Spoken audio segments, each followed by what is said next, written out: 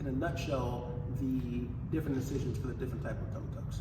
That depends on really where you're starting from, how much skin laxity you have, and really it kind of goes from there. So, starting off on the bottom, we have a mini tummy tuck where the loose skin is just below the belly button.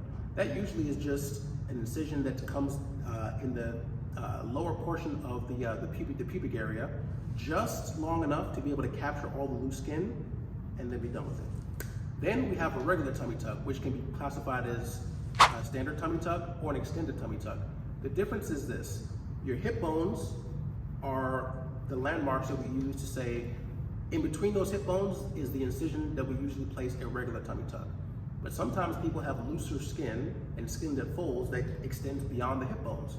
Well, you don't want those to bunch, and so sometimes we have to extend that incision beyond the hip bone to capture all the extra skin, and that's technically called an extended tummy tuck.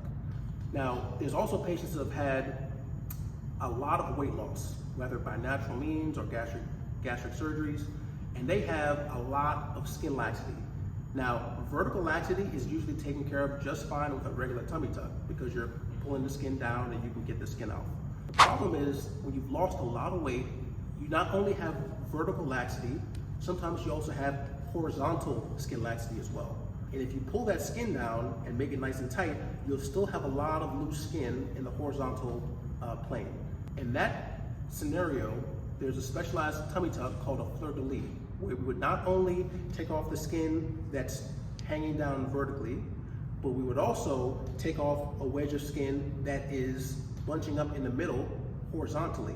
And then that ends up with what's called a T-incision. You'd have an incision down the middle and across the bottom. But the beautiful thing about that is that it can make the waistline way more contoured, and you can get a lot more skin tightening with that surgery itself.